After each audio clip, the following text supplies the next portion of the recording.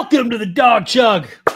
How's everyone doing tonight? We got Ed, we got Nick, we got Roger, and all the way from Australia, we have Mick coming on to the Dawg Chug. It's like probably 3:30 in the morning or something. I don't even know. How's it going, buddy? Good, mate. Good. It's actually 11:30, so it's mid-morning, just in time for a couple of pig's ears at lunch. All right. Did the Guardian pull out and win this game? Everyone's in suspense. Yes. Nice. Awesome. So how's everyone doing? It's been a turbulent week, a little bit. Nick, you haven't been on the show in a while. How are you doing? Go ahead, Nick. I miss you guys. I would say I'm just looking forward to this weekend, man. We're gonna be in Muni lot. I gotta convince Jacob to get his ass up. I'm already working on that. Because Andy doesn't play. For those who don't know, Andy is gonna be there at 5 a.m. and 5 a.m. And then you, Jacob and Casey are gonna meet me like 4 hours later. It's gonna be great. I'm working. I've got Jacob to 6 a.m. wake up so far. So I'm working on it. But personally, just happy to be here, man. Just happy to be here. I think what you need to do is set a time that you're leaving the house, and then if he's not ready by then he has to Uber. Fair is fair. I think that's fair. All right. Easily fair. All right. What is he sleep in at 6 o'clock in the morning on a game day? What's that kind of a sleep in? There's true fans, and then there's these, fakers, that aren't really into it. They just pretend they're into it. Ed, you know about this. How would you describe Jake's fandom? I don't know if I'm qualified, but look, I'll say this. He's a passionate fan of good weather Cleveland Browns games, and I think that's what will happen on Sunday. So I think he should be at his highest optimal point to be a regular Browns fan, Andy. All right. Fair enough. Now, if it was in December, obviously he wouldn't be there. So, yeah. I'll see you in 2029, but... Yeah, pretty much. Yeah. Climate control. It's crazy to think we're only like, I don't know, what is it, like 95 weeks away from our first game? Crazy. 95 weeks. Assuming they can figure out all this nonsense, but they will. Mick's ahead of us. So, Mick, do they got the Brook Park Browns hats down in Australia yet, or how's that working out? I'm not quite that far in front. That's the problem. Oh, okay. Just enough to be. I can tell you the score in the Guardians game, but that's about it. Okay. Hey, Mick, you can buy a Brook Park house that is walking distance, because I have firsthand experience with this. You can buy a Brook Park house that's walking distance from the stadium for around 200,000 American dollars. How do you feel? Are you moving? Oof, that's a good effort, actually. And you know what? Walking distance. We'll make the toilet bowls go flush the same way it does in Australia. That's actually a good deal. Like, housing prices here in Sydney is absolutely ridiculous. I think the average price in Sydney is you're looking at 1.2 million at the moment. So that's Australian dollars. So you're probably looking at maybe just half of that for American dollars. That's still a lot of American dollars. Still. If you were going to buy a case of just cheap beer, how much is that?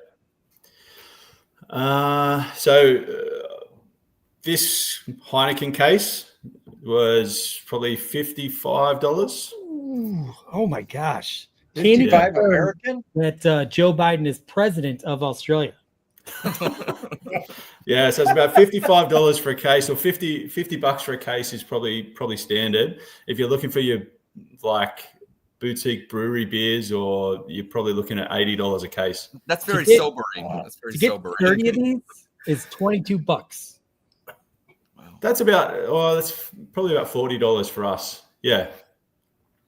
Yeah, so it's not too bad. Oh, well, let's keep that. Okay, so I don't know if you've noticed, Cleveland Browns fandom on X is melting down every day. It gets worse. A lot of people are throwing in the towel, saying, I quit. How are you holding up your fandom?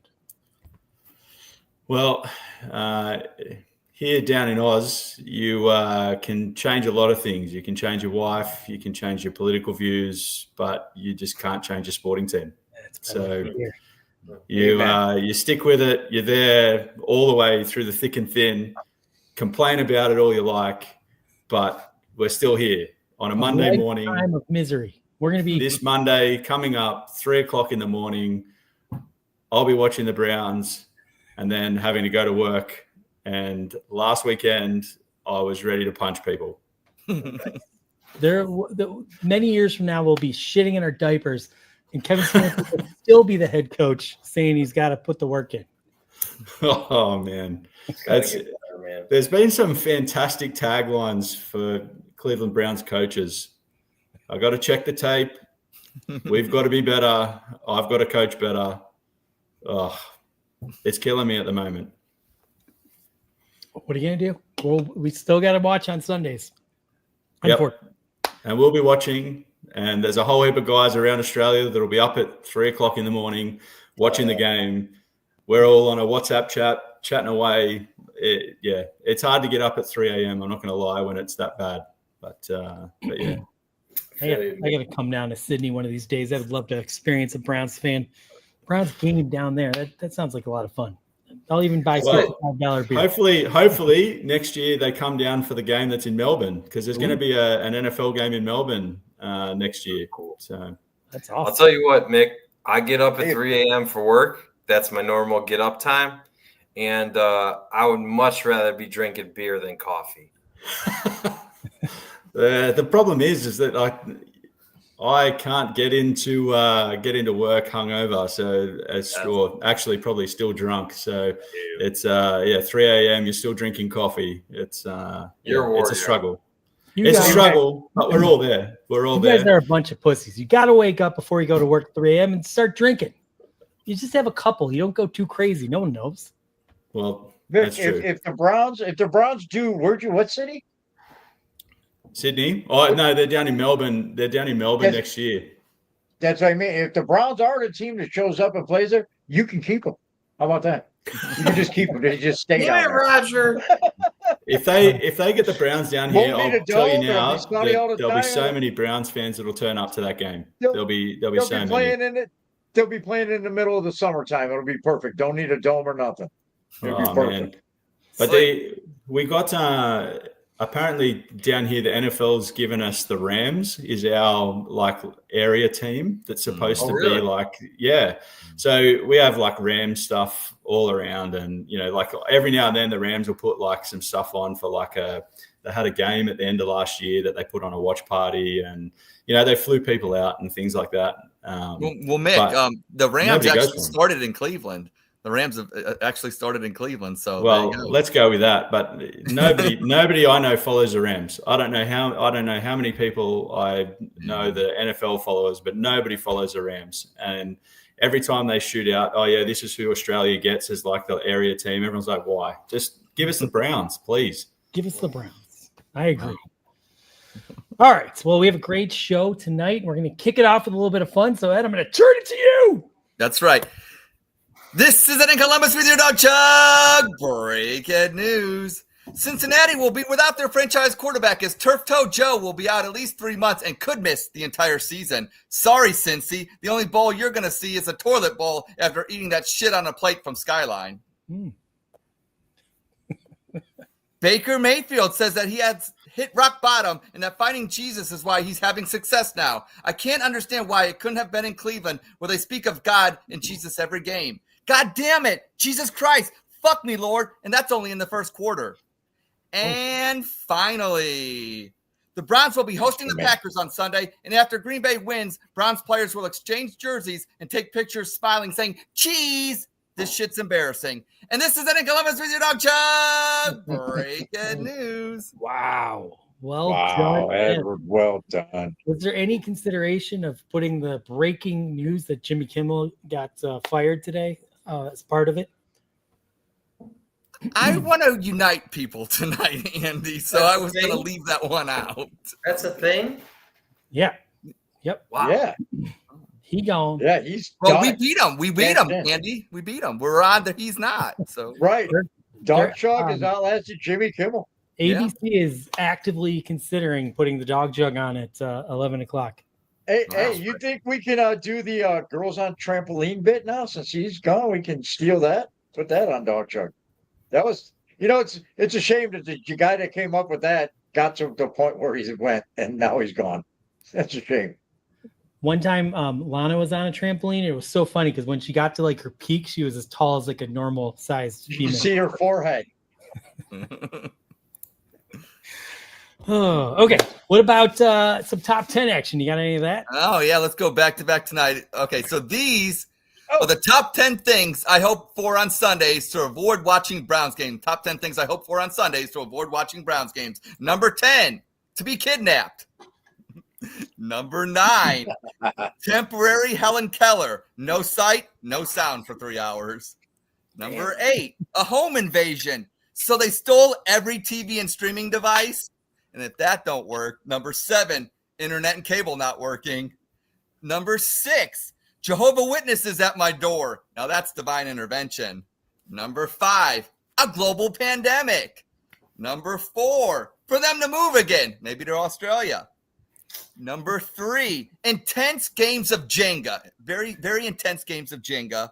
Number 2, hookers and blow. And the number one thing I hope for on Sundays to avoid watching Browns games is the end of the world. And that's tonight's top 10. Whoa. Nice. Well done. Well done, Ed. Don't worry about the end of the world. It's already tomorrow in Australia. That's what I was going to tell Mick is, Mick, you'll know before we will if it's the end of the world. So I'll let you know as soon as it happens. I'll give you a head start. Thank you. Thank you.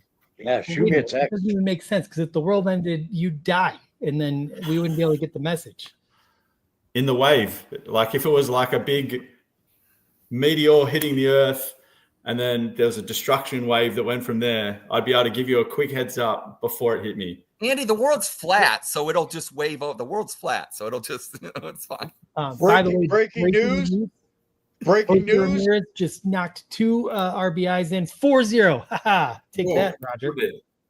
Can we start calling me Lord Baseball yet? It's tough being Lord Baseball. We're gonna win the Central Division. The Guardians are gonna win the Central Division. I don't know. I gave you guys the heads up that we're going to win. I don't know why you're Mick wasn't surprised. lying. Yeah, no, I agree. I don't know if you guys follow it or not, but Don't Quinn, get me out. Don't rat me out. Quinn is like the negative similar person to me, which I can't think of the word for that right now. I'm the yin and he's the yang, right? So me and Quinn, I bet the Guardians over 82.5 wins. He bet the Guardians under 82.5 wins. And we've had like a season-long challenge on this. And I'm going to fucking win. And I'm going to pee on him. I'm going to pee on him for that. And I'm excited. Yeah, you're going to win, no doubt. Is that kind of like the scenario where, you know, if you drop a cat, it always lands on its feet. But if you drop a bit of toast with butter on it, it always lands butter side down. So if you strapped a bit of toast on the back of a cat and dropped it, it'd just sit there and spin. Is that the idea? Because it doesn't know which one's going to land. All I know is he tried to, you know what? I declared the Guardians the Pittsburgh Steelers of baseball, and I stand by that one. They just won't die. They won't die. Well, until the first round of the playoffs, Nick. Until the first round. Okay, that's fine, but they're gonna win. They're gonna win during the regular season, which is the majority of the season. Ed, are we doing a spit sip chug on the Guardians today? We are not because I want to say something to Roger right now. Okay, go ahead. All season, he's been adamant that we're making the playoffs, and I've been calling him a fool, calling him a moron. And I'm here to say right now, look, this run that they're on is incredible. It's so exciting. And we're going to come up just short, Roger. Sorry, buddy. God damn it, man. It's crazy. We went 9-1. We went 9-1 and we went from like 3.5 games out of the wild card to 3 games out of the wild card. Like, how does that even We happen? don't worry. Why are you worried about the wild card? We're going to win the division. Don't worry about the I'll wild card. take We don't the need the division. wild card. The wild card's the Who cares easier about the path wild at this card? point. Gabriel Reyes is up right now. That's my guy right there since 2022. I'm going to watch the ball game. How's the No, show going? seriously, though, this has been so fun, and even if they don't make it, you got to give this team has heart, and you got to give it to them. They never quit. Man, they're- Such a Never Cleveland really thing to say, Andy. Such a Well, Cleveland thing. Look, this is not the year they're going to win the World Series. Hopefully, they prove me completely wrong. But I like a team that has heart. They show up. They keep working. They're kind of like they exhibit the philosophy of Kevin Stefanski Like without the all the anti-Browns. without all the annoying comments and sayings. They just work hard without talking about working hard. You know what I mean? They just Pretty do cool. it. Right. Two of your They most never important mentioned it players. once. Two of your They most never important mentioned players it. got banned for gambling, right? And you're still right there. You could argue that based on what closers went for at the deadline, that Emmanuel Clase could have been worth a whole shipload of picks, and the Guardians are still right there. It's a credit to them, man. And what if we had Josh Naylor this year instead of fucking Carlos Santana? Well, I don't want to talk about that. God All damn it. Yeah, that is kind of annoying. I just sounded like one of these idiots talking about Baker all week. Shut the fuck up about Baker. God damn it. No, I won't. Just I like. have a look at this photo just over my shoulder, right here, Andy. Just speaking of right Baker. Right there. I love it. I Hey, like Nick. watching Baker. I'm celebrating Baker, but I don't need to whine about the fact that he's no longer here. Like it happened. Let's move on. Stop living in the past. Nick, we're going to the game this weekend. I'm wearing a Baker Mayfield jersey. I'm not sorry. Brilliant. I had the opportunity end of last year for work. I had to go. I was at Carolina, and I was there just long enough, and I got to go to a Carolina Buccaneers game. I damn straight I wore a Baker Mayfield jersey. Oh yeah. And I walked through the tailgate, chest out, chin up, copped everything that came, and also go Browns. Pronky said that he hung out with Baker at a Cheesecake Factory, and come on, man, it's behind the Cheesecake Factory. He was Yeah, and behind that's the such a my Cheesecake joke, Factory. Cronky. That's an Ed joke right there. Come on. Come Yeah. on. All you need to do is talk about you hung out behind the Cheesecake Factory in a Cleveland pothole, and then it would have been complete. Right. Yes. Thank you. All right. What about some opposition position? Well, yes, the newest, hottest attraction to Cleveland sports podcasting is opposition position, where you take the position of your opposition. And let's see, what should we do? Mick versus Nick. Mick versus Nick tonight. Okay. And so the debate question is, and we'll have Andy decide which position they're going to take. And this year is not about wins. So, Nick's usually the more optimistic one, and when it comes to this team. So I'm going to have Nick argue that this year is about wins, and Mick is going to argue that it is not about wins. So we're going to do it that way. Andy, you can decide who goes first. All right. Well, I mean, look, Mick's the guest, so we're gonna let him go last. Okay. All right. That's fair. So Nick, you have to. This year is about wins. Nick, have fun with that one. All right. Well, this year is about wins, and I'll tell you why. Because this is the year 5 of this fucking regime, and you have already mortgaged your future for Deshaun Watson. That didn't work out. And I don't know an NFL regime that can enter year 6 after winning about 4 games that they're on their current trajectory for, without losing the team, losing the locker room, losing the fan base. There's no excuse. You cannot. There is no analytical nonsense. Paul DePodesta, San Diego residing position to explain being in year 6 and being a garbage fucking football team that will satiate any reasonable owner or fan base. So I don't want to hear it. You're in year 6. I don't care what mistakes you made. I don't care what things you did. This is a results-based business, and you are goddamn lucky that you got 6 years, 5 years to get it at this point. The results are the only thing that matters. This is the bed you made. You either win or you don't. I don't want to hear about your 2 first-round picks next year. You don't deserve to make them. You're in year 5, and your team is garbage. And don't give me this rookie bullshit about promising prospects or whoever you drafted. You're 0-2, and you're most likely going to win like 4 games this year. And if that's the case, then you fucked up, and that's your fault. Goodbye. Damn. Mick, now you will take the position of the opposition, well, differently, and say that this is not about wins. So have good luck with that one. Good job, Nick. Nick makes some really good points, but this year cannot be about wins. We don't have a franchise quarterback, and so we need to lose as many games as humanly possible and bank on the Jags going as bad as humanly possible. And then we are going to get our franchise quarterback for 2026, maybe 2027. And if that franchise quarterback happens to be Uncle Rico, a.k.a. Arch Manning, then we're going to be in this amazing hell for another 5 years. So it can't be about winning this year.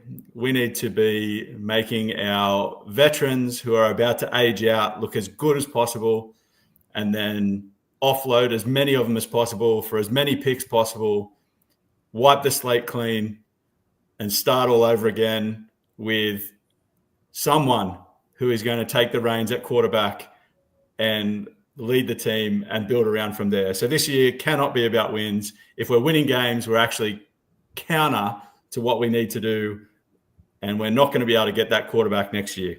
So it cannot be about wins. Wow. Nice job, Mick. We'll leave it to Roger and Andy to decide what they think about this. Roger, what do you think about this? Man, that was, you know what? I'm with Mick a lot on a lot of things he said, because I'm about tearing it down to the studs, go Sashi Brown on it, and just, lose as many as you can and stockpile picks. And even if there's not a quarterback this year, keep losing and lose next year. But how old are you going to be, Roger? How old are you going to be before they finally decide to start winning games? So just so that you go, here we go, Rog. This is last weekend. I was in the depths of despair after that game, and I did what any logical person would do, and I turned to ChatGPT. And I put into ChatGPT, I asked, you're an elite GM in the NFL, and your aim is to win the Super Bowl within 5 years. Outline in detail your approach to roster construction, includes your priority of positions, use of draft picks, include your management of the salary cap. Once you've done this, create a one-page document that would act as guardrails for your organization to keep on track for your goal of the Super Bowl in 5 years. And I came to the conclusion that ChatGPT could run our team better than our front office. I'm a drunken plumber, and I would have done better in the drafts than Andrew Berry. So, I'm a fan of AI, but there's not much, not too many people can do worse than what he's done. You know what? But I'm going to say, Mick, I was with you, but what we saw was honest Nick Carnes, bare naked, standing out there, pleading, and Mick won't find out. I vote against him until tomorrow, so it's cool. Okay. He won't know until tomorrow. So I got to go with Nick Carnes on this one. Whoa, wow. The passion was there. I'm happy to concede to Nick, because the one thing that I love about Nick on X, on everything, is that you get fully fledged Nick all the time. If things are going good, you're getting absolutely unbridled joy.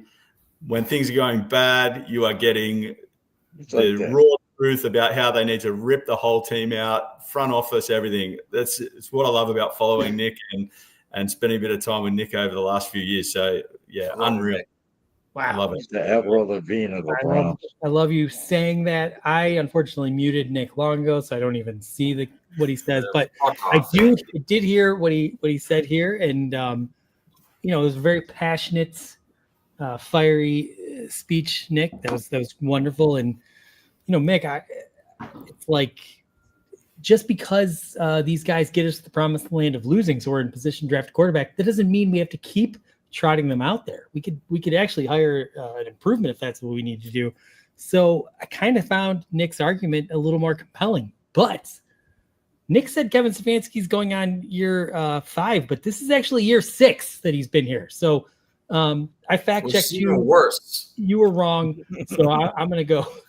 I'm gonna go Mick and let Ed be the tiebreaker. Well, I don't have to because we've already had a concession. Mick graciously gave it to Nick already, so it's invalid. And who do you think answered stronger? I think they both did a great job, Andy. What other regime in the entire NFL has had 6 years and just been fucking losers? Yeah.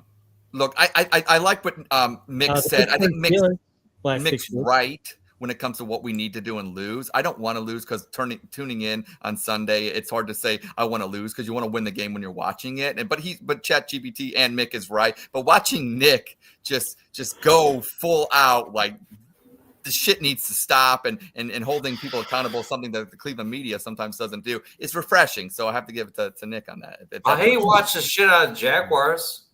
I was watching that Bengals Jaguars game, hoo-daying.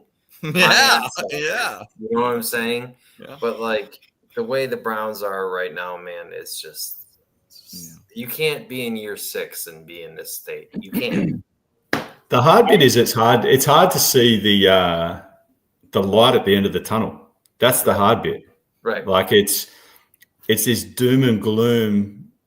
And I think I don't know. I think the Myles Garrett stuff at the end of last season, and then rolling into what they've dished up for the last couple of games, it makes it even worse when he came out and was like, "Oh yeah, I've heard the plan and I'm on board with it now." Is this it? Is this, apart from a big bag of cash, is this really what it has made you think that we're going to be great?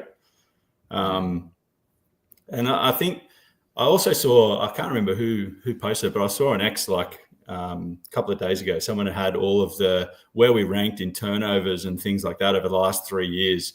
And man, when you're constantly, when you're constantly in that spot and you're constantly saying, "Oh, I've got to coach better and we need to do better," and well, when are you going to put your foot in someone's ass and absolutely wreak havoc to try and force this team to win? Because the last person that did that was Jarvis Landry. Yeah. Nice. The Jacksonville Jags we own their first round pick, which is a big deal. And did anyone catch the little sideline dispute between their coach and their little quarterback there? That did not look good to me. Well, it looked good for us. Yeah, it looked good. It looked good. It actually looked good for us.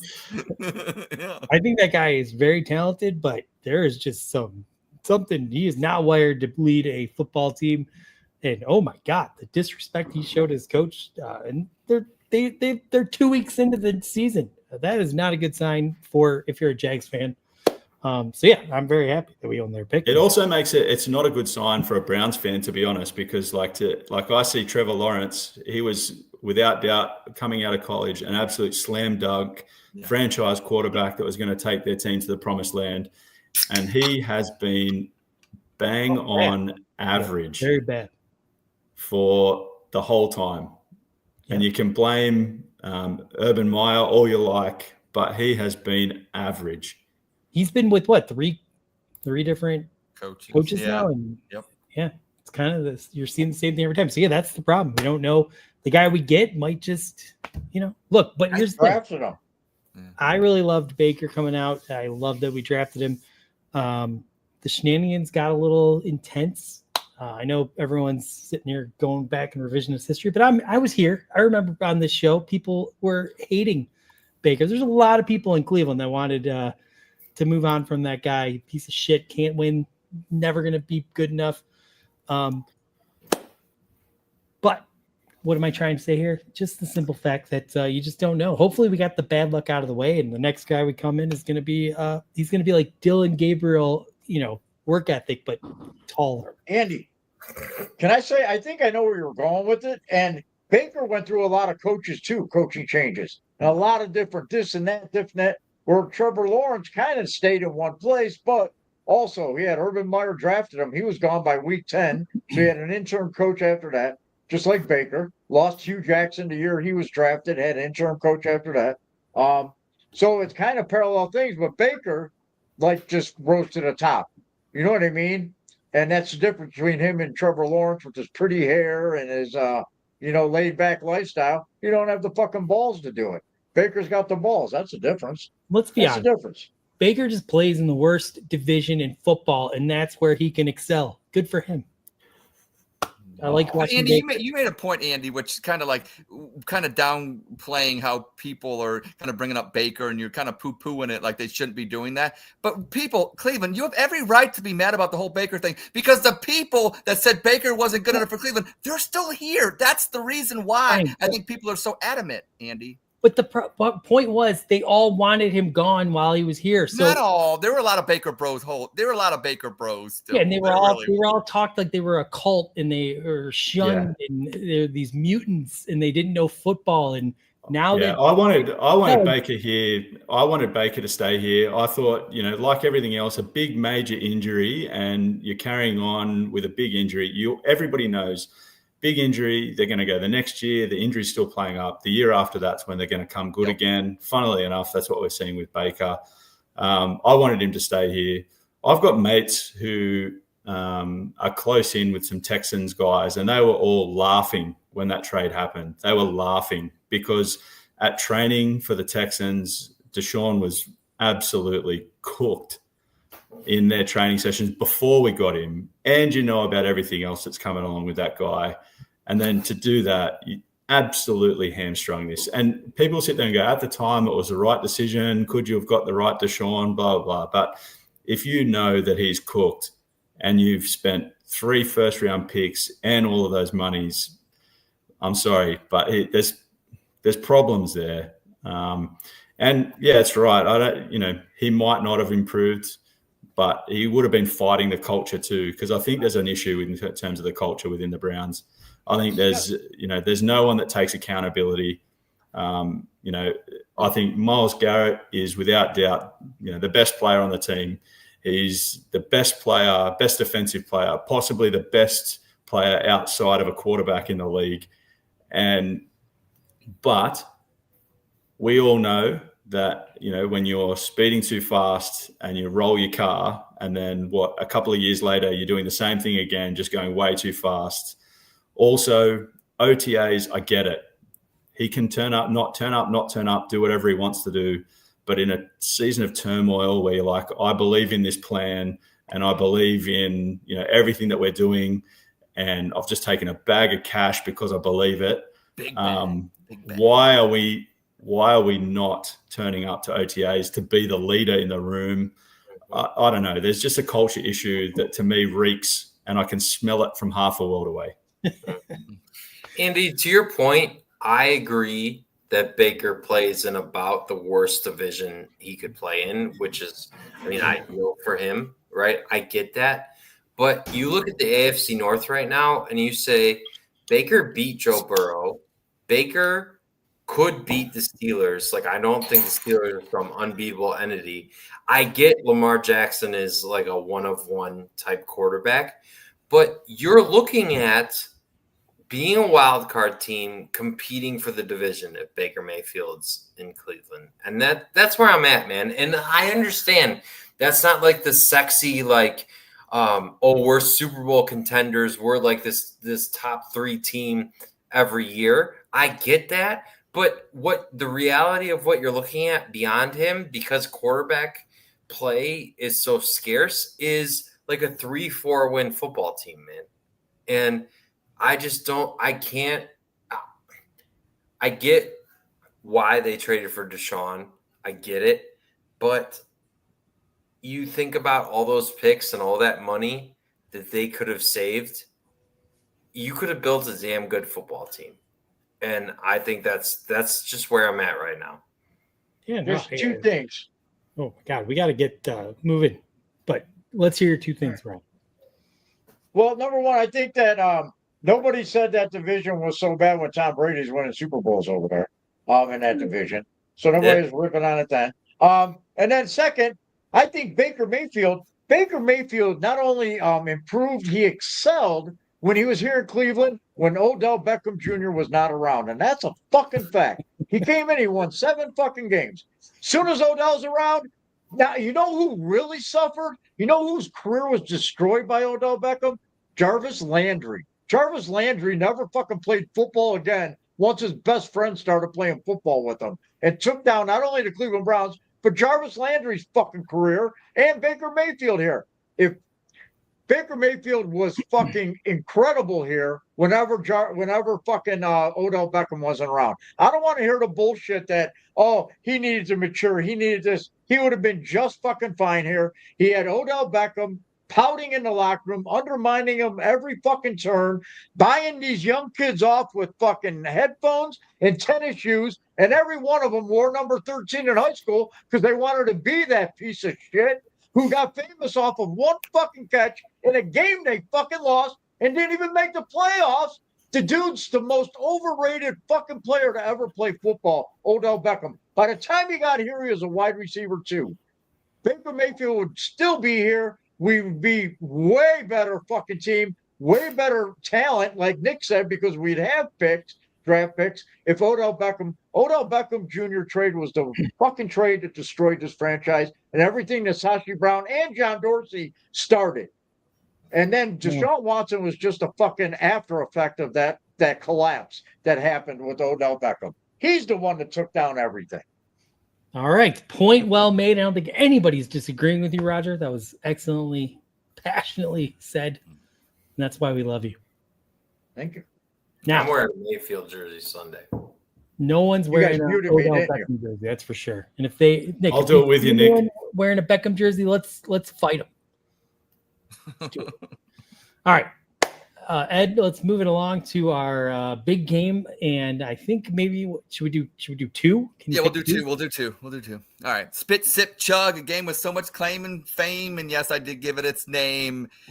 They are statements. They are statements, not questions, so don't question my statement. I will say that statement. If you heavily agree with that statement, you will chug. If you disagree with it, you will spit, and if you're kind of lukewarm on it on the fence, you will take a nice sip. And we will start with Mick. And since we'll stay, Roger cannot sip. Roger cannot sip. Okay, Roger cannot sip. Yeah, man, Cards one. Yes. All right. Breaking news. So Mick, we will start with you, and we'll stay on Stefanski because we're going hot and heavy tonight. So the statement being, Cleveland Browns social media is not tough enough on Kevin Stefanski. Now we saw Nick just now, but overall, are they tough on Kevin Stefanski? It looks like a sip. Just a sip on that one. Okay. Because I think social media is calling a lot from what I can see anyway. Maybe it's just the vacuum that I live in. But I think Kevin Stefanski is not being missed in the critique in what's going on. I think everyone's on the money. I think if I was to say not necessarily the social media, but the Cleveland Browns media could possibly be a little bit tougher on Kevin Stefanski. Nice. Andy. All right. Look, I'm seeing a lot of people crying about Kevin and Andrew Berry, and it's warranted. A lot of mistakes have been made. Most of it was, making this huge trade to bring Deshaun Watson in, which is the biggest colossal fuck up that you can make. You kind of have to be perfect when you make a fuck up that big. And clearly the Browns aren't operating perfectly. But at the end of the day, I think it's pretty obvious that when they made the trade that they made, they're more focused on the future than the current, than the present. So, look, it's very simple. This Cleveland Browns team has to be competitive, and they've got to get to probably 7, maybe 6 wins if they, can play really well and not get their ass beat like they did this past Sunday. If they do that, I think there's a case to be made to bring these guys back and hope you get the quarterback right and you can make it work. We all celebrated that trade for the most part. I don't think anyone was like, "Oh my God, they passed up Hunter," and that's because we knew this team was going to be shitty with Hunter or without Hunter. It was obvious. And guess what, folks? This team is shitty. So when I read this outrage, what the fuck were you expecting? I didn't want to lose 41 to a garbage touchdown. Well, I don't even 17. remember. 17. But at the end of the day, one game is not going to change my decision. I want to come back and beat the Packers. I want to get to 6-7 wins. If we do that, fine. But I think I've seen people really coming down hard on the decision to keep this guy. Nick, you've been killing Kevin Stefanski tonight. And at the end of the day, if Nick's bashing the coach of the Cleveland Browns, then it's pretty damn serious because this guy's a homer. So with all that, I am. Did I get that right? No, yeah. I'm chugging. Wait. Yeah, they are. Oh, they're tough enough. So I'm spitting. You're right. Okay. Sorry. Well, I am going to go opposite that. I am chugging. I am chugging because what do I always say about Cleveland X and Cleveland social media? Cock, cocks, a lot of cocks. Nick, I'm happy. I'm happy to see you not being a cuck tonight. And I do see a lot of people calling him Stink Fansky, and they are finally going after Kevin for once. I think the Baltimore 30-year anniversary of them rubbing it and kicking our asses and shit's embarrassing. I think that had a lot to do with the anger. But overall, I see people, and I'm not going to call them out by names, but there is a certain somebody who every day on Brown's social media has a show. And every day I see him saying, but if Kevin got fired, he would have a job within a minute. I wish Kevin would get a job in a minute. I wish he'd go to the Steelers. I wish he'd go to the Bengals. I wish he'd either go to the Ravens then, because I'm so sick of, Kevin would get a job if we fired him. So what? Let them make a mistake that we've been suffering for the last 5 years. Is he a leader of men? No. Every year, this Browns team has locker room issues. That's not a leader of men. Every year, there's some major issue with the offense, but it's not Kevin's fault.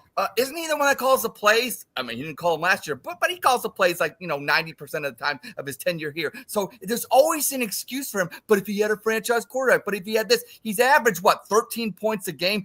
We've had coaches with Romeo Crennel, Eric Mancini, and guess what? Their offenses average more than 13 points a game. So stop it. He's some offensive genius that if we lost him, that we'd just totally be bad. We've already been historically bad. Now we're just keep continuing that trend. So stop it. So I will not call you out by name, but every time I see you on X, you're always arguing he'd get a job. Please, for the love of God, I'd hope he'd go to an AFC North divisional opponent. That would be great.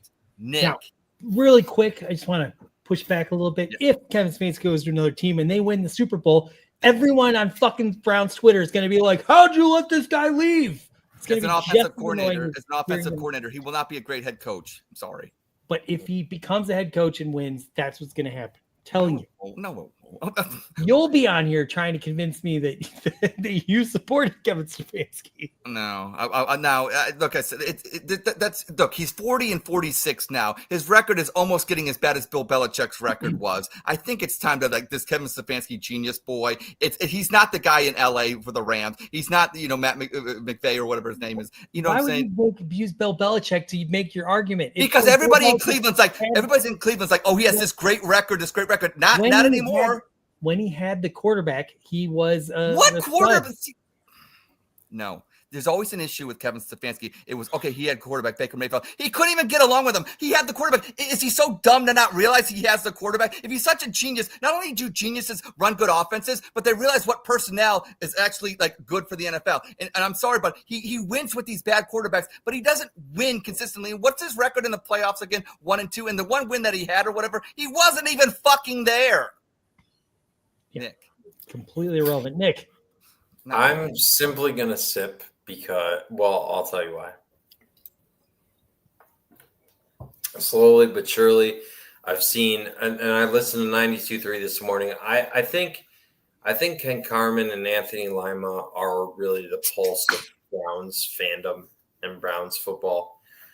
And they were talking about the potential of Kevin getting fired today, and that's really the first I've heard of it. I looked beyond that, and I've seen many other calls for Kevin to potentially be fired. I think no matter what, no matter how good you are, or how bad you are, or whatever, when you enter year 6, you either put up or shut up. And I don't want to hear it. I don't want to hear it. You've been given 6 years, which is a literal eternity in the NFL. So I don't care how smart you are or what your background is, or if you're an Ivy Leaguer or whatever the hell you are. You're in year 6 now. And if I don't care. I don't care about what the circumstances are or what you thought was a good idea or what made sense at the time or whatever the fuck. You have had the most financial backing in the entire league. Okay? You have had unanimous owner support. You have had everything at your disposal that you could ask for because reportedly you wanted to move on from Baker Mayfield. I don't know if that's true. I don't know. What I know is you have had significant financial backing. You have had incredible resources poured into your tenure, and you have not put up the results that need to be there. There are infinite coaches that have had less time than you that have gotten fired, and I don't care at this point. If you're not going to put up results, your ass should be fired because there are many, many, many coaches who have had less than you have had and have gotten fired. It doesn't matter at this point. You at 6 years in, you're either going to be successful or you're not. Okay. And at this point, it looks like it's not going to be successful. So fine. It's time. At that point, if we reach the end of this year and you're like a 4-win team, don't give a shit about how many picks you have or what your offensive scheme is or what your ideology is. Your 6 years speak for you, and they suck. Okay? So it's time to move on. Thank you. Thank you. Because the thing is, I completely agree with Nick, but the troubling question is, who do you get in?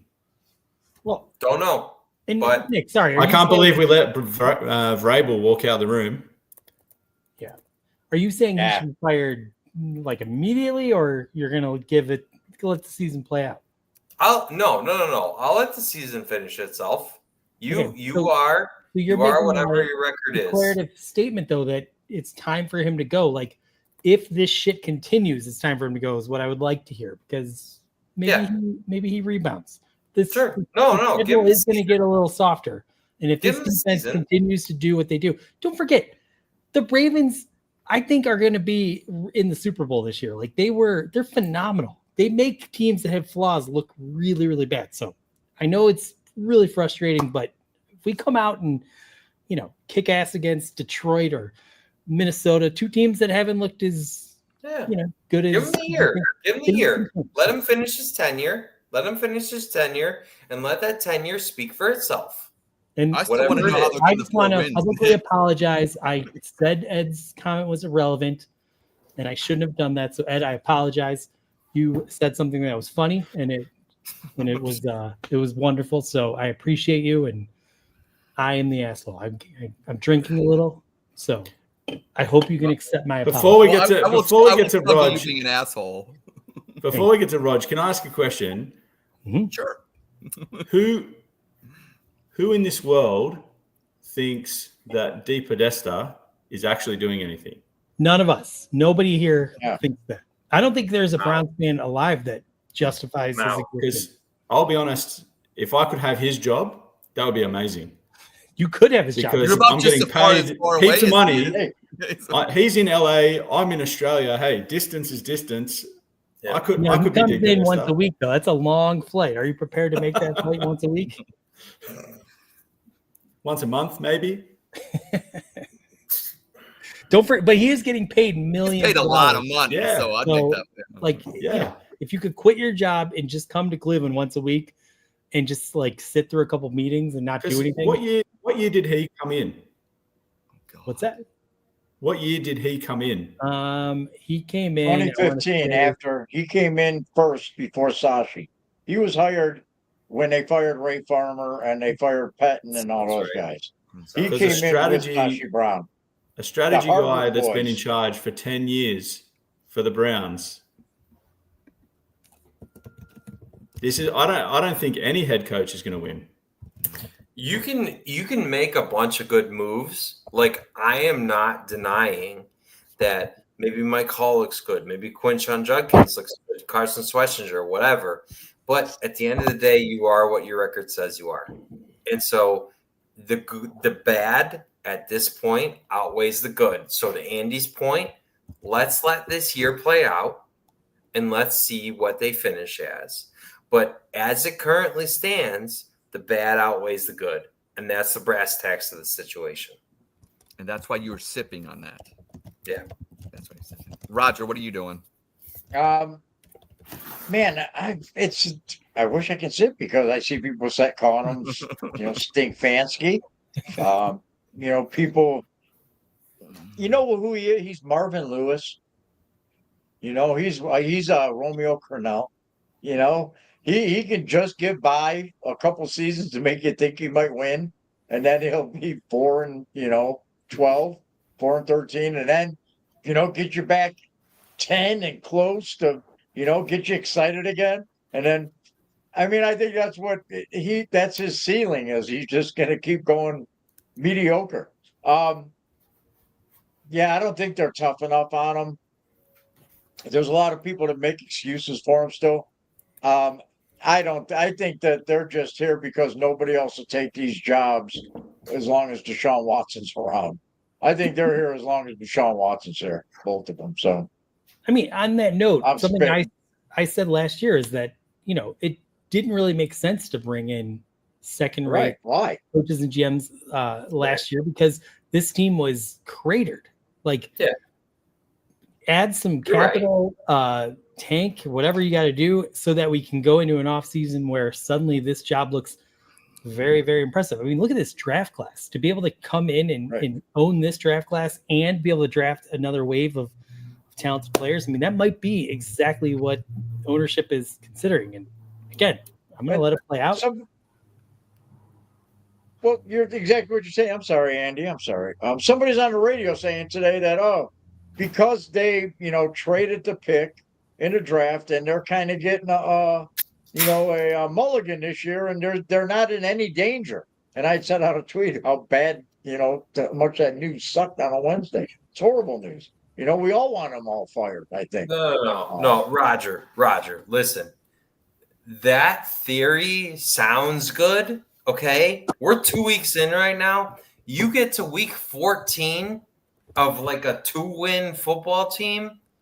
Nobody's surviving that, man. You know how bad every Browns fan knows how bad that gets. There's hit pieces on the bye week. The defense gives up. The players' effort sucks. They start calling each other out. No one survives that. That's what I I'm don't care what hoping your for. theory is at the beginning of the year. No one. Does that make me a bad person? That's what I'm hoping for. We all know for a it goes complete down. disaster. Losing is a disease that spreads through the whole team, and we all know. And that. meanwhile, Meanwhile, I'm on X getting people fired up and starting arguments that I don't give a shit about none of it. I don't care about none of it. And I'll start an argument just to have fun. I'm bored. This is week 2, man. This is week 2. Damn. All Shut right. up, Lysandra. Let's You're move right. it. Lissandra's right. Yep. It's a week too early to give up. Love you, Lysandra. Let's move on to the second statement. There's a lot of passion on tonight's show, so I think we should let the show maybe go a little bit longer than we usually do. We stick to an hour here in Dawg Chug. But I like this passion is healing, so I think we need to let it run its course. So, I've got all day, Andy. I've got all day. Mick's getting hammered at noon, so let's go a little bit longer today. Ed, right. second statement. Second statement. This one's kind of a fun one, I think. Joe Flacco is on the hot seat. We'll start with Nick this time. Joe Flacco was on the hot seat. I'm chugging. Listen, here's the reality of the situation. The defense, especially the defensive line, is playing really well.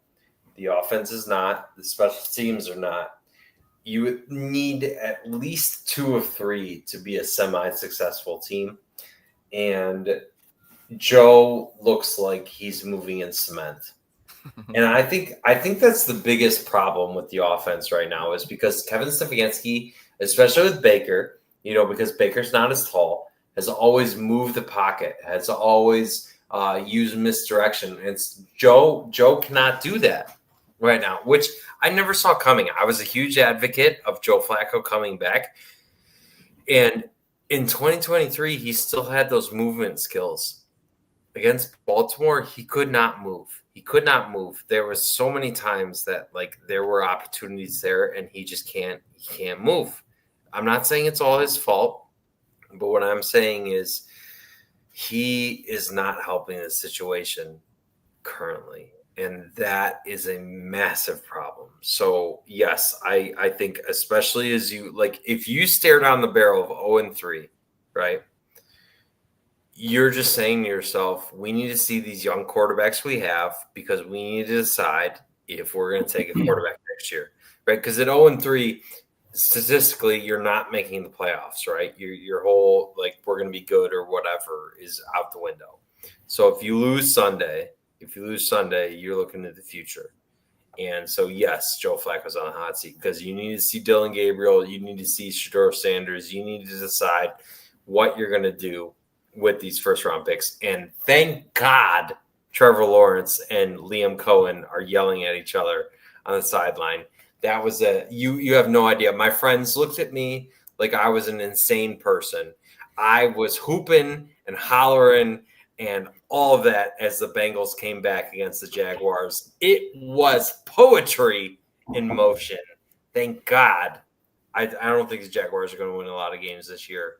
And there's a lot of potential to be better next year. Nice. Roger. wow, man, on the hot seat with who? To fans? He's been on, I guess I'm Hot seat of I being. don't think he is with the organization. So I guess I'm chugging with the fans. He's on the hot seat because the reality is, why play him if we're going to win? What's the difference winning 5 games or 2 games or no games? When we need to see the younger guys play. The other reason is you want Joe Flacco to stay healthy so Deshaun Watson never has to play in a fucking football game. Put him on ice and put him on the bench. So in case of emergency, you can run Joe Flacco back out there. If one of the kids getting their ass kicked too bad. Man, I was a big advocate for Joe Flacco also, just because it's some stability and professionalism in the quarterback room. I'd like to see Joe Flacco remain, if they draft a quarterback next year. I don't know, because I know the coach is still going to be here. I don't know, man. I guess I'm chugging on it. I chugged on it. The quarterback ever on a hot seat, that's more of a coach thing. But only in Cleveland could a quarterback be on a hot seat, so I'm chugging. Nice. Mick, down under. What are you doing? Bring the thunder. I'm sipping on this one. Disaster. Now, the reason I do listen to the Cleveland Browns daily, a little bit. Oh, And that's too bad. I know, but I'll be honest with you. One thing has resonated with me on what they've talked about in terms of Joe Flacco. I think at the start of the year, this whole quarterback tryout is a myth. I think the whole thing was it's going to be Pickett or Flacco. Now we're at Flacco, and it was never, ever going to be Sampson or Sanders. Gabriel or Sanders. It was never going to be either of those two. And I think this first 5 games is what you've got. Flacco is just there, or it could have been Pickett. Take your pick, whichever one you wanted. But the first 5 games, those guys are out there purely to shield the youngsters from an 0-5 start to their time in the NFL. And then once you get past these 5 games, it may even be before that, but you're going to find Flacco is going to take the heat. I think that was the way it was always going to be. I don't think it's anything new. I think he was rolled out there. If he rolled out there and let's call it we're 3-2 at the end of the first 5 games, you keep rolling with him. Let's see, roll the dice, see how we go. But at 0-4, 1-4, I think he was just there as cover. And then, okay, now thanks, Flacco. You've done that bit. Now we're on to the next 5 games. And then you're going to see Gabriel's going to come out. And then after that, you're going to see Sanders come out. And I think that's the way that they're going to see what they've got in the quarterback room. I don't think it's a shock that we're heading or looking down a horrible record in the first 5 games. We knew that from the start. We knew it was always going to be the case. The quarterback's just going to cop heat for the first 5 games, and then we go from there. So that's why I'm sipping on it, just purely because I think he was on a hiding to nothing. He was going to have his ass handed to him at the end of 5 games anyway. Nice. Andy. Yeah, I don't know if anyone watched Succession. Did anyone? Mm-hmm. Anyone here?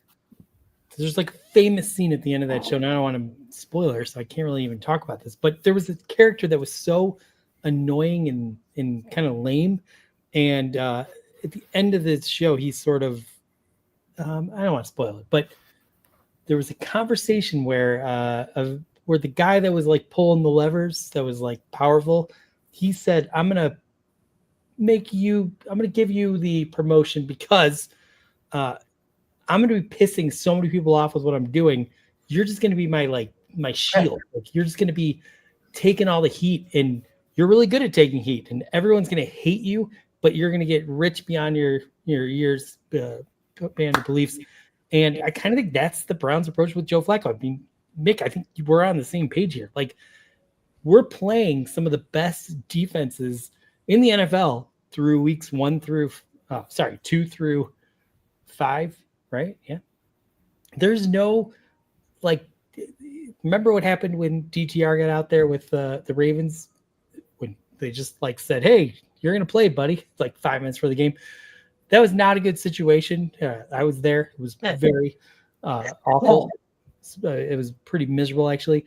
I don't think the Browns want to make that mistake again. And maybe DTR was going to suck. Maybe that welcome to the NFL, just was something he could never recover from. I have no idea, but I think the Cleveland Browns organization is very defensive, and they don't want to put these guys in that type of situation. So I don't think there's a chance in hell you're going to see either of these two for those first 4 weeks, most likely for 5 weeks. Sorry. And that's probably the right approach. So Joe Flacco's going to sit out there just wondering why the fuck he came back here, and he's going to get pulverized and look horrible, and we're all going to be screaming, and it's going to be ugly, in my opinion. Hopefully, he played terrible against one of the best teams in the NFL, and he comes back with a vengeance. That would be lovely, but I don't think that's going to happen. I think they are going to bring in the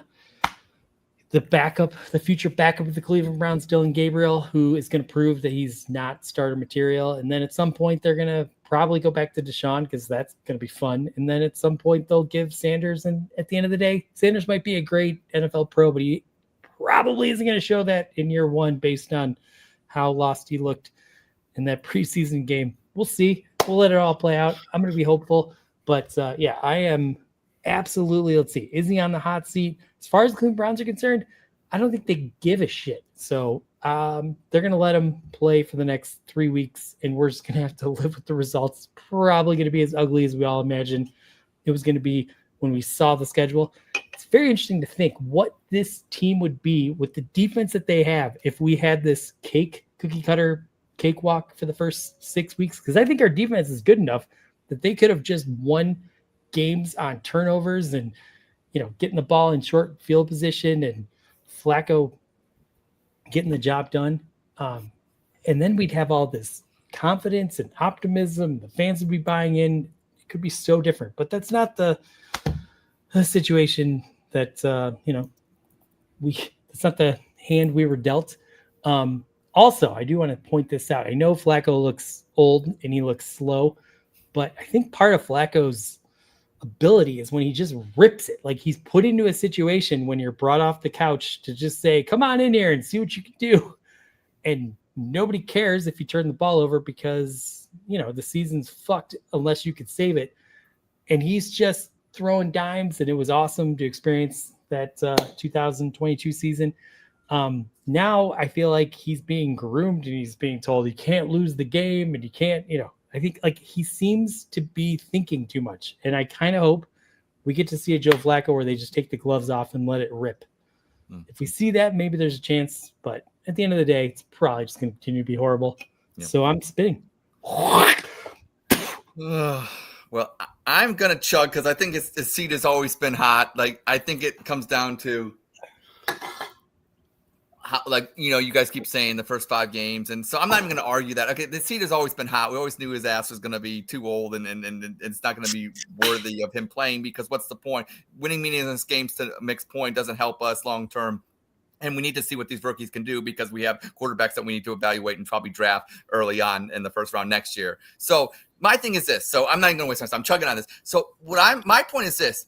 Wouldn't Sunday be way more exciting for you and all the other 70 or 67,000 Browns fans if Dillon Gabriel was starting against the Green Bay Packers? Because here's my point. Okay, we need to evaluate these quarterbacks anyways. We know Joe Flacco's old. Even when he was, flinging touchdown passes against the Ravens, it really was an interception, and it kind of we got thrown to our guy, Cedric Tillman, in the end zone. So basically, he should have had even more interceptions. I'm done with Joe Flacco. Watching him run made Bernie Kosar look like a sprinter from what I saw on Sunday. So Dillon Gabriel starting. Look, I think Dillon Gabriel is, he played in college. He's smart. Yes, he's small, but Brian Sipe was small. Colt McCoy was small. One thing about Dillon Gabriel, he has an arm. I watched him against the Buckeyes last year tear us up that first game in Eugene. Like, he has a great arm. The only thing that the knock on Dillon Gabriel is his size. But to Andy's point, he made it earlier about how Kevin Stefanski likes to roll the pocket and move it around. He's used to having small quarterbacks. Look what he did with Baker. I think Dillon Gabriel, I don't know if he's a franchise quarterback, but I don't know. I look at these other quarterbacks in the league, like even that Michael Penix down in Atlanta. I think Dillon Gabriel could be better. I think Dillon Gabriel could be better than Tua down in Miami right now. I see a lot of quarterbacks in the league. Spencer Rattler down in New Orleans. There's a lot of quarterbacks that I think Dillon Gabriel with Kevin Stefanski, because this is who they wanted, guys. They could have picked anybody else. They could have took the kid from Alabama, Milroe, but they chose Dillon Gabriel. They like Dillon Gabriel because I think a lot of what Kevin Stefanski does is what Dillon Gabriel does best. And you saw that was a perfect ball against the Ravens. That touchdown pass was a perfect throw. Look, and even in the preseason, he gets rid of the ball quick. He's exactly what Kevin Stefanski needs. I think he's exactly what the Cleveland Browns fans need because, look, I would rather go to a game, and if they're going to lose, show me the rookies.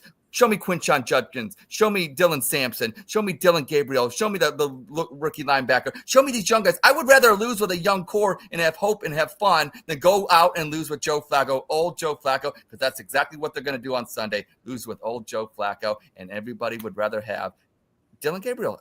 Andy, would you rather have Dillon Gabriel play on Sunday? Here's my answer. And yeah.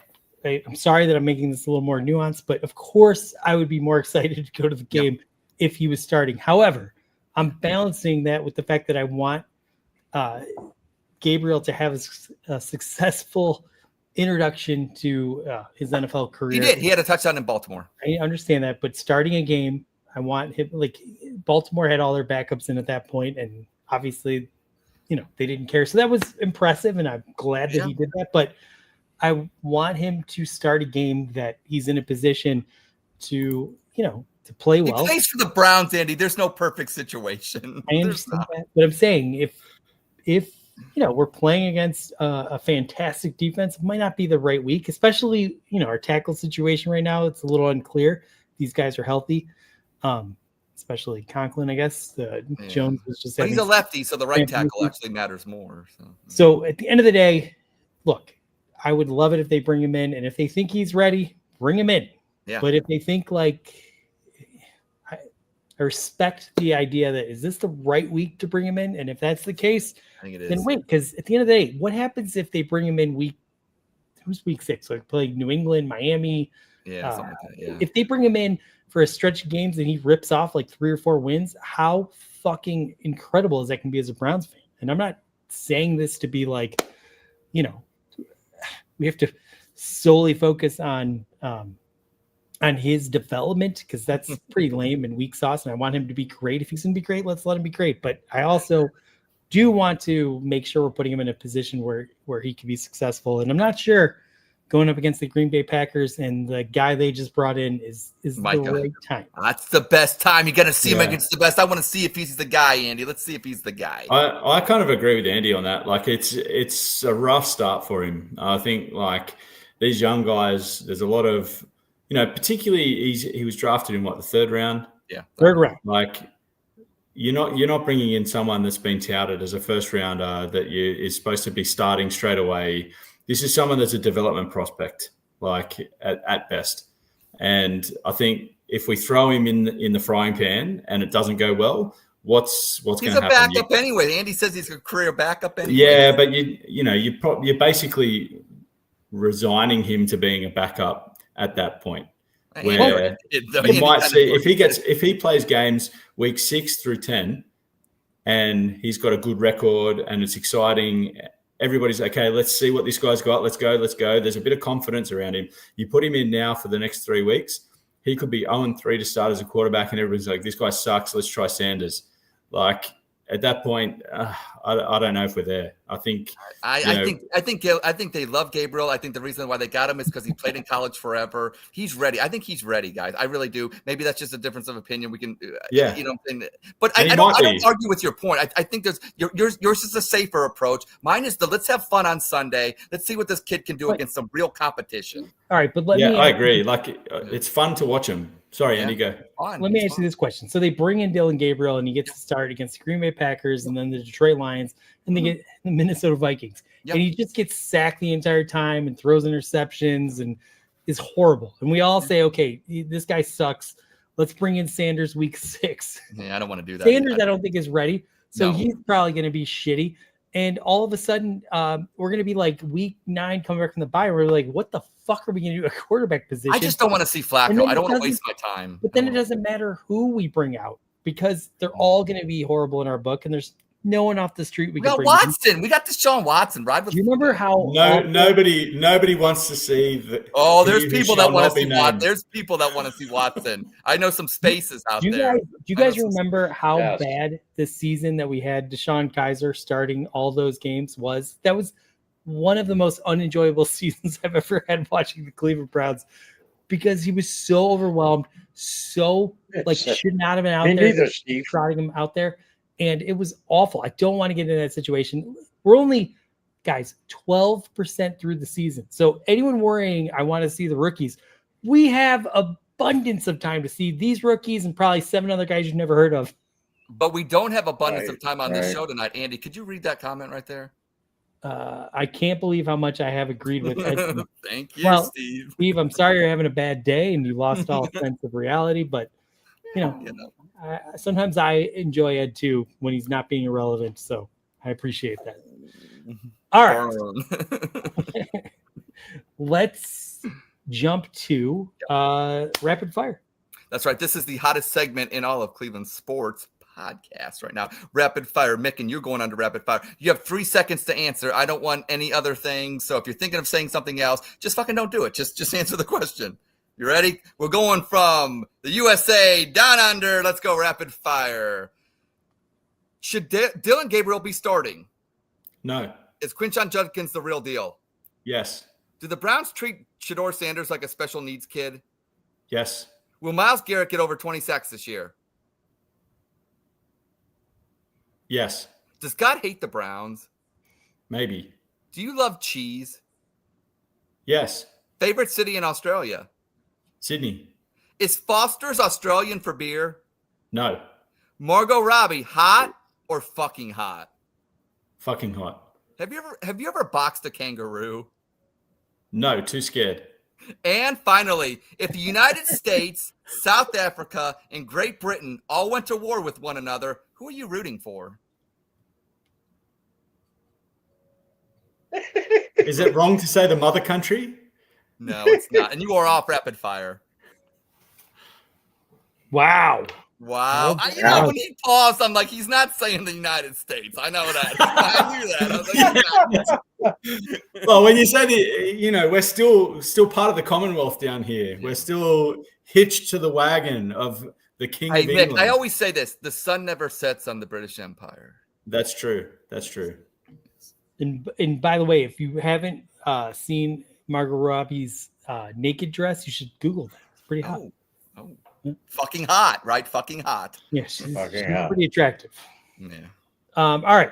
We got to put our picks in. We have no Nick Carnes. I don't know what happened to Nick, but I guess whoever comments first about a NCAA or an NFL game against the spread, we'll go ahead and use that as Nick's pick. 4 of us are going to make picks. And if we all win, we're going to get some cash, and I'm going to pay you guys all out. Sound good? Why not? Hey, I'm in. You want my Venmo? Yeah. No, only when we win, because we've literally never won. This is the greatest pool never won. It's like a statistical improbability to have gone this long without winning, but maybe this is our week. My pick, Alabama, was correct. Yeah. Ed was correct. Lana's pick, though, she lost Thursday Night Football, so she's been banned from the show. We basically Jimmy Kimmeled her. We will not be seeing her. She's off, indefinitely suspended. God, indefinitely. How dare you get the Thursday night pick? I know it was over before it started. It was over before it started. All the hope. And then, all the other picks started winning, and I'm not going to talk about my pick, but whatever. All right. So who wants to go first? We like to start with the guest, and please, anyone in the comments, put out the game you want to take. Mick, I'm going to start with you. I'm going to throw out there the New England Patriots. All right. So let's see. Against the Pittsburgh Steelers. Patriots are giving the Steelers what? I'm just looking at a win probability at the moment. Because sometimes our site's a little different than Andy's a point spread player. New England is getting 1.5 points. Oh, okay. So I've got to change it because they're not behind. No, they're that's good for they're you. the underdog. Oh, yeah. Underdog. Yeah, So I would stick with your I'll pick give if them. that's what you think. Yeah. So if they lose by then- 1 point, we still win. Yeah. Yep. Because also betting against Pittsburgh is a good thing. Yeah. And that's always. the great Pronky Dong has just made Nick's selection. It is Kent State. What's the spread? 100. Pronky Dong actually attended the university at the great Kent State. And, they are Who are the playing. Zips got this week? They're playing Florida State, and they are 45.5-point dogs. Kent Favorites. Yeah, dogs. Kent State. I'm in. Prong. All right. We'll let Ed go first. All right. Give me the spread on the Michigan at Nebraska game at 3:30 on Saturday. All right. Let's look. Michigan is giving. Sorry. Good Lord. 2.5. Give me the the corn huskers. Give me Nebraska to upset Bryce overhyped or undervalued or whatever his name is. Because, hey, Roger, he's a great running back, but he can't throw. Oh, my God. He can throw at all 3 levels. Yeah, they got no receivers either. He's a true freshman. He's 18. There's kids screwing up your There's kids his age screwing up your KFC order every Friday. No, they're night. not. They're not. I will not let that happen. You don't badmouth KFC. That was Mick. That was my first job. My first job was at KFC. So. All right, Roger. Give me the Atlanta Falcons. Atlanta is 5.5 point favorites. Yep, they're giving 5.5 to Carolina. I like that. It's Carolina. Yeah. Fuck yeah. Carolina's terrible. I'm going to take division in football. I'm going to take look, Michigan State's on a 3-0 run. Who would have thunk it? But they're not going to be 4-0 because they're going to lose badly to USC. Ed ruined this week. So I'm taking USC. No, jeez, Roger, go cry. Go cry. All right. So we got our picks in. I took USC. So there we go. We're going to submit these, and this is going to be worth. His bookie took USC. Okay, that's what happened. This is going to be worth a lot of money, guys. Bronky Dong, he won this week 1, and he made a lot of money. So could be us next. That's exciting. All right, predictions. We're not going to go around the horn because this show is getting late. But Mick, what are we going to do against the Green Bay Packers? Lose. It's going to be like a loss that we can feel good about, just because at least it was competitive, or is it going to be a loss that's as embarrassing as it was against the Baltimore Ravens? How fast do you think Joe Cement Shoes Flacco can run against Micah Parsons? Not fast at all. One step, maybe. He'll probably be throwing the ball away 17 times. Yeah, so fingers crossed with a week of training. We're going to see Judkins, a better version of Judkins. That could be helpful. I'm not confident given the fact that we had to rest our left tackle because of heat, apparently. I'm not confident in passing the ball. I think we're going to be having to run it. And if Judkins can't carry the load, it's not going to look good. All right. So it's going to be, you're saying maybe it'll be competitive, but we're still going to lose. I'm saying my 3 a.m. wake up on Monday morning is going to be tough. Fair enough.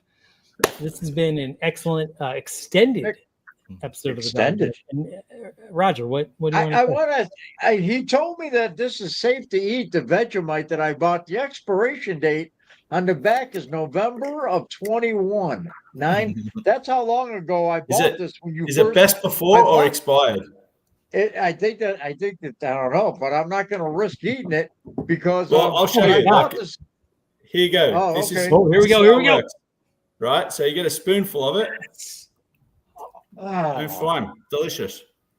Is yours expired? Yours is all right, Roger. Do eat a little bit that it's expired. Let's prove how hardcore you are.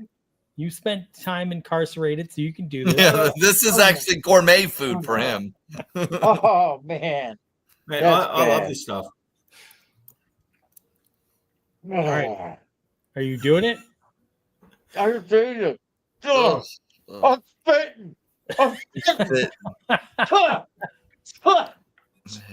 right. Well, Lana's been banned from the show, and we might have just lost Roger, but me, Ed, Mick will probably be back next week. Yeah. So, Mick, thank you so much for staying up till the weird hours to come on and do it. We love it. Thank you for keeping the Browns relevant in Australia. Do this. I only have to because I live in this fucking city, and it's amazing that you're willing to carry that torch. So I appreciate you. No, all good. Thank you very much for having us, guys. It's the best. So good to jump on here and chat with some good mates and have a good laugh about the Browns. That's the best part about it. Part of being a Browns fan down here, we don't necessarily come across too many NFL fans, let alone Browns fans down here. So whilst we have our supporters and things that we meet up with down here every now and then, because obviously the 3 a.m. wake ups on a Monday morning make it a bit difficult to go and catch up and go and meet somewhere. But meeting people on social media has been the best, and getting on and having a couple of beers with you guys is the best. So thank you very much for having me, guys. It is unreal. It's unreal to think that we get to do this and have people like you come on. That makes it all worth And it. shout out to the Browns backers down under, the largest Browns backers organization in the Shout Southern out to 'em, Hemisphere. man. Anybody else wants to come on the show, DM us, get a hold of us. And also, I want you to find Travis Pizzana, get him to sign up, make him a Browns backer, and get him on the show. How about that? Can you I'll get try my our best. future Hall of Famer second baseman? All right. I'll try my That'd be best. I'll hit great. him up. I'll see if I can find him and say, hey, look, mate, I'm from Sydney. He's Let's around sort there this out. somewhere. He's on the island somewhere. You can find him. I'll find him. This has been a passionate show, Nick. We're sorry we lost you, but it's all right. We'll get you in next time. And look, go Browns, go Guards, most importantly, and stop winning all the other teams that keep winning. It's annoying, but drink them if you got them. Aussie Go rules. Browns.